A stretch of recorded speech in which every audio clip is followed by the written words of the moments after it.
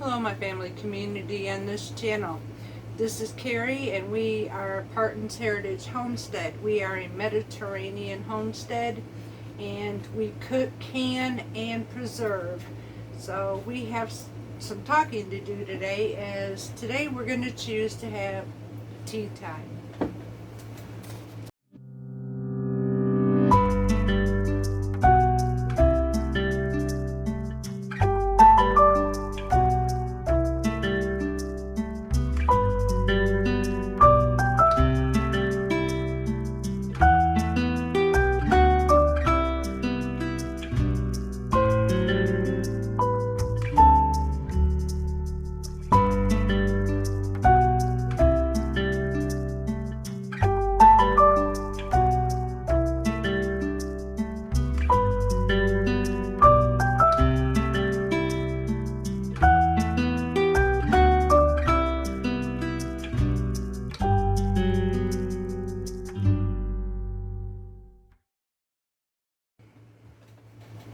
Hello everyone. Okay, so some of you have been asking my update on my dentures, and I will tell you right now, they're getting too big for my mouth.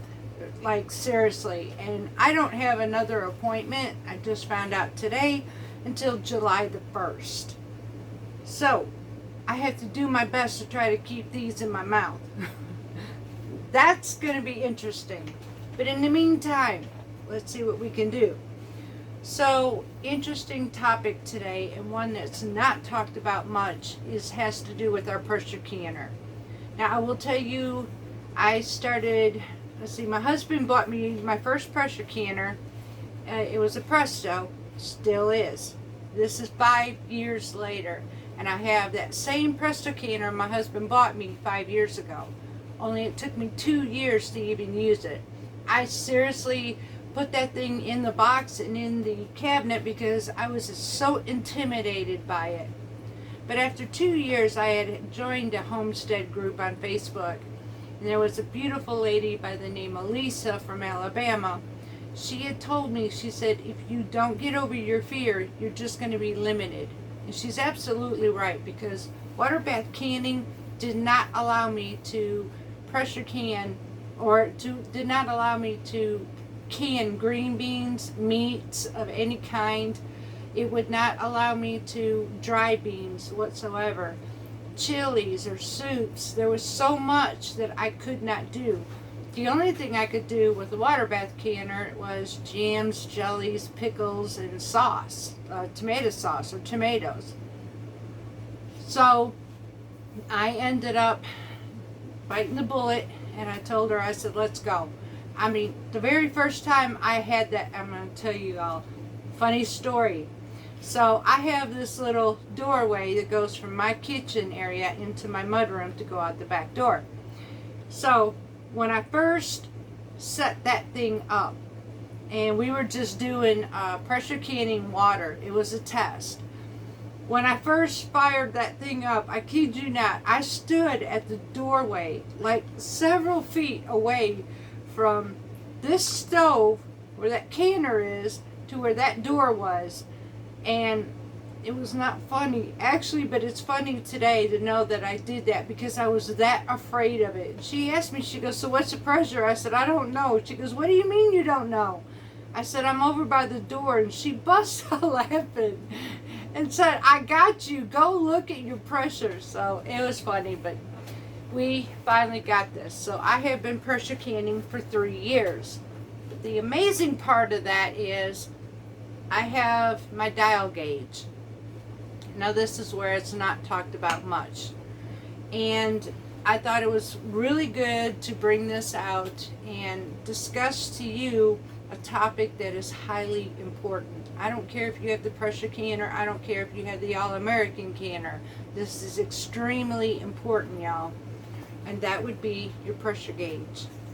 Now, I went to my extension office today, and I've been actually going to my extension office every year. You don't have to do this every time. I mean, like every so many weeks or every 6 months. Once a year is fine. So I go every year, and I've been doing this for 3 years now. And I was really shocked. And yes, I actually got a major compliment from the lady from the extension office. Every state has one. Just about every county has one. Look it up. If you own a pressure canner, it is vitally important that you look this up. So mine is right here. So today I went and had mine tested, and she looked at me, she goes, how old did you say this gauge is? And at this point, now I'm panicking because I'm thinking I had just, and I actually did a stupid move. I should have had this tested before I did my green beans and my chicken stock, but I didn't think. So I'm panicking when she said that, and I'm thinking, oh my God, I just canned all of that food. We had, seriously, 13 jars or pints of chicken stock, and I had 8 pints of green beans, 4 cut, 4 French. So I'm thinking, oh my gosh. And I told her, I said, this is my 3rd year. She goes, what are you doing to take care of this? She said, you are spot on. I was like, yes. She said, you don't see this. And so here is what I do with mine. I treat this pressure gauge like it's my baby. Y'all, it is. Without this gauge, I don't know what I'm doing in my canning. Without this gauge, I can't pressure can at all. Now, she did suggest me, even though I'm doing good, she did suggest for me to turn around and purchase an extra one, which I had done. The reason for that, I did ask her a couple questions because it is getting to the point, this is getting pretty old now. This is our 3rd year. Next year will be our 4th. So am I pressing my luck, or am I actually just taking good care of this gauge? I don't know, but I'm thankful either way. So I did order a new one because what she told me, I asked her, I said, should this go out of whack? Are you able to fix the pressure on it? Now, some extension offices are. Mine evidently is not. So it would be better for me to have a backup, is what I was told. So they're not really that expensive. It's under $20. So I decided to just go ahead and order one, and I'm going to put it up because should this one fail me, I have a backup. And I won't lose anything in the process. So how do I keep this one babied? I have a 3-layer paper towel, and I literally lay mine very gently inside here, and I'll roll it up in my paper towel. And the same box that this came in, which is now 5 years old, I will actually tuck my pressure gauge inside of this box, and this is where it stays. This is how I protect it. I make sure I do not bounce this around. I will put this in a safe spot, leave it there until my next canning session. When I pull my lid off, I make sure that it's not sitting on top of my gauge, that my gauge is on top. So I take care of it. And that's the reason why I've been able to keep mine, hallelujah, for 3 years now. So I'm good to go, and I've got another good year of canning. So she did congratulate me on taking care of that. She said that is definitely not something we see very often. But then again, where I live, she said she don't see too many people canning in the first place. So I don't know which one was better. But I'm going to take it because that's cool. If I just have a backup later on, I want to keep this as long as I can, especially with the prices of everything changing. Now, I did order gaskets because my other one did crumble a little bit. It does wear off. So when I ordered a new gasket for it, I actually ordered 2, so I have a backup on that as well. So I'm hoping this is going to help those of you who are pressure canning. This is really, really important. Please, at least once a year, go to your extension office and get this tested. It doesn't take much. They just have this gauge here and this gauge of yours here, and it's a foot pedal thing. It doesn't take but 5 minutes to test it, and they will compare it side by side, and mine has been spot on for 3 years, which is cool. So there's that part. the new on the homestead. I told y'all I'm de-stressing. I have, yeah. I have been doing some soul searching of myself. And I will say this much about me. The time that me and my husband, and I've told you all this before, we've lived homeless and how we ended up homesteading. And so it's no surprise. But in those times when you didn't have, you get to this point as you want this wish list. I wish I had this, I wish I had that. And then something changes in your life and you actually get some money, and then you think that you need everything. I started to fall into that method, and I had to stop. I had to literally stop, because I've been listening to Sensible Money Mom and Jan. Both of these two are folks who these ladies talk about managing our money and managing our life to be able to survive anything. So honestly, that would fall in with my homesteading. So I've been really listening to them. So before I purchase anything at a spare of the moment, I've been honestly thinking, do I really, really need this? Just like when we went to the flea market, I did too. I saw a lot of things I liked, but then I had to stop and think, do I really need this? I have a tiny cabin. I'm compacting things as it is. So I'm actually going through, and once again, all the things that I have, I'm looking at it and do I really need this? And those that I don't, I'm actually going to box it up, and I'm going to bring it to our consignment store and let somebody else enjoy it. Because I don't really need all this. I need to downsize. I need to make sure that we have enough space, yet be able to stay functional at the same time, so I don't hurt myself, to be able to run this homestead the way it is. And I know how to do that. So I am thinking more rationally now, and I know that I don't have to have everything, even if it looks nice. There are some things I did get, yes. That was no surprise either. Like my tea set, I did do that because it was just something nice for once that I wanted. And there's no crime in that. So, but there are other things that I have here that I just have way too much of, and I don't need all that much, such as my baking ware.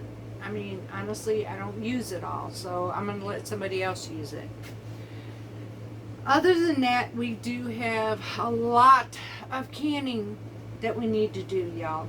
You're going to see a lot of that, and I'm also doing some things with the cooking in our kitchen.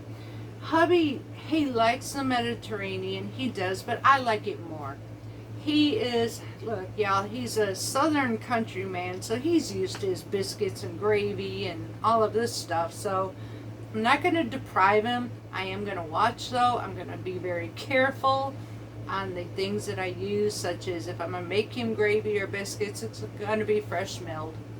So, but I think I'm going to go ahead and occasionally he will have Mediterranean, but I think I'm going to do more of the Mediterranean and let him be able to enjoy some of the meals he likes. And so, here for example, I could pick maybe pork chops for dinner one night. I can divide it in half the way he likes it and make mine a Mediterranean style if I want to. I do not mind making two different meals. It's just the two of us and it really don't take up much time. However, if I do make videos, it might help somebody else, because then there's the split. There's those who want to do the Mediterranean, and then there's those who just are not interested in it, but just a quick basic meal. So we decided to go ahead and do that too. I'm simplifying my life, y'all. I am. I've learned I can't take stress like I used to. I thought I was stronger than I am, and I'm strong, don't get me wrong, but I'm also getting older, so I do have to de-stress my life, and it's time. I was fighting getting older, y'all. Seriously, I just don't want to. I'm gonna be 58 this year. I'm almost 60. Ooh. that hit my gut. See, I told you, I'm not aging gracefully, but I am proud of things that I'm doing today. So it's all right. Yes. So basically, that's where we're at today. I'm not going to make this last forever. It's going to be pretty much a quick video. I was going to go ahead and start canning my beans because I'm actually doing two sorts, just like I said in the kitchen. I'm doing Mediterranean style beans for me, and if my husband wants them occasionally, he can eat them too. I do know that he loves my Spanish garlic butter beans, and he does love the cannellini beans, so he will be eating those. And then he likes his pinto beans. I'm not fond of them. To me, they're okay as far as bean dip, but other than that, they're just too earthy flavored for me. But I love the black beans, so we'll be doing those too. I will be eating Mexican foods and stuff like this as well, but in a healthier form. Now, like tonight, hubby actually has been working really late lately, and I do not like eating this late. I'm going to have to make a choice, which is not easy for me because I do enjoy eating with my husband, but I'm going to have to eat before he gets home. So he'll eat when he gets home, and I'll just reheat his meal. But for me tonight, I'm going to have a simple, and I may video this one, but I'm going to make a simple watermelon quinoa cucumber salad with a citrus vinaigrette and some pita bread and hummus. And that's what I'm having for dinner. A lightweight, it's summer, it's hot. I don't want anything heavy, and I definitely don't want that heavy to go to bed on. So I'm going to eat sooner than him as well. But these are some of the things I'm going to go ahead and make, and I may video these, and then with him. Now tonight I may do the salad with you, but he's probably going to have leftovers tonight, which we do. We use those. There's nothing wrong with it. It helps us save money, and like I said, we're only shopping once a month, y'all, so we make do. We do choose one day a week, and we have our leftovers. So I guess more frugal and making use of this homestead the way it's supposed to.